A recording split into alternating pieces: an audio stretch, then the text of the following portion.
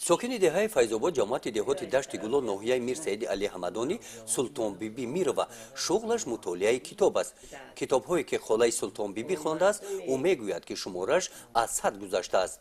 در سن 88 سالگی توجه او را خصلت‌های نیک انسان‌ها بیشتر جلب کرده است.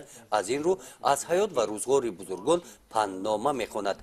در این سن و سال چشمانش روشن بوده به عینک میخواند. تنها برای شرح بعضی از کلمه‌ها از پسرش کمک میپرسد. من دویم کتابی من ای تای چودر در عروس من در تای چودر کتاب میخونم.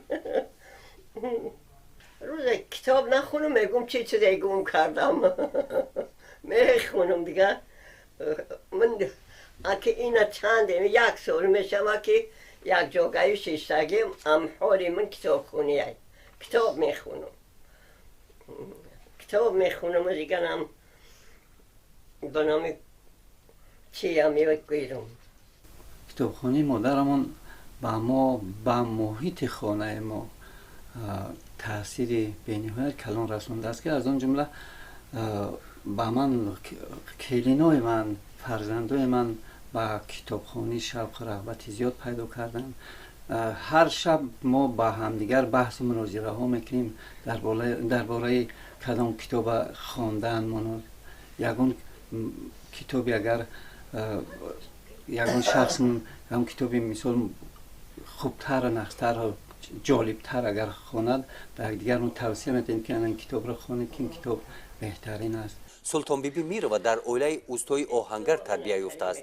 سالهای 40 عصر گذشته اویله آنها به ناحیه میر سید علی حمدانی مهاجر شده آمدند. در مکتب با حروف لاتینی و کریلی او همگی 4 صنف خوانده است و خلاص. افسوس از آن میخورد که تا آخر تحصیل نکرده است. این مادر شکرانه از آن می نماید که امروز با دستگیری دولت و حکومت جمهوری تاجیکستان برای تحصیل دختران همه شرایط ها مهیا کرده شدند.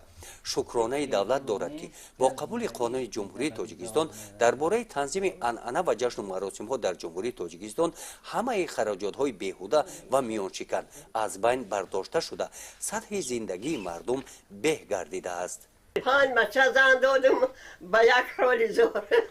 از چنین افغانی‌های دوران صاحب استقلالی کشور در دل خاله سلطان بیبی در سن پیرانسالی ذوق به کتاب بازم زیادتر جا گرفت. از حساب مبلغ‌های پس‌انداز نموده‌اش کتاب‌های نو به نو خریداری می‌نماید. این کتاب‌ها را هفته گذشته دسترس نموده است.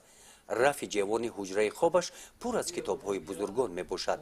شماره زیادی کتاب‌ها در دست خوانندگان هستند. فرزندان مقصد دارند که کتاب‌های مطالعه نموده مادرشان را جمع نموده با نام او کتابخانه شخصی تأسیس دهند. گزارش خواجه نظریف خدای نظر ظهروف از ناحیه میر سید علی حمدانی برای برنامه اطلاعاتی نوید.